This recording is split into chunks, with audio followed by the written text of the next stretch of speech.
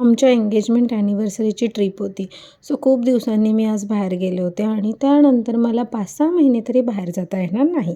So good morning, Tejas लाईफमध्ये खूप मनापासून स्वागत आहे. सो आज खूप मस्त असं तयार झाले होते, कारण की खूप दिवसानंतर बाहेर जाणार होते आणि चेहऱ्यावरती एक्साइटमेंट तर तुम्ही बघता आहात ना, की मी किती दिवसांनी बाहेर चालले आहे. रोज घरात असते. सो म्हटलं आज बाहेर जायचं. त्याच्यानंतर मला आता 5-6 महिने बाहेर जाता येणार नाही, कारण ते तुम्हाला मी अजून सांगितलं नाही आहे. मी मागच्या व्लॉगमध्ये सांगितलं होतं की एक गुड न्यूज आहे, सो लवकरच सांगेन. सो त्यामुळे जाता हे बसचं असं काहीतरी बघितलं की थोडी भीती वाटते, पण मस्त रोड होता आणि थंडी असल्यामुळे इतकं छान वाटत होतं ना बाहेर फिरायला. खूप मस्त वाटत होतं आणि ऊन तर अजिबात लागत नव्हतं. आमचे प्लॅन तर खूप होते, पण वर्थ काही झाले नाहीत, कारण की मस्त असं अंबाबाईला जायचं होतं आणि त्यात सुट्टीचा दिवस असल्यामुळे खूप गर्दी होती. पार्किंगलासुद्धा जागा मिळाली नाही. सो मग ते कॅन्सल केलं.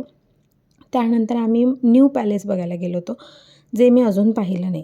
सो माझ्यासोबत तुम्हीसुद्धा पहा. मस्त असं तिथेसुद्धा गर्दी होती, कारण की आता पिकनिक सीझन चालू झाला आहे शाळेतली मुलांचा.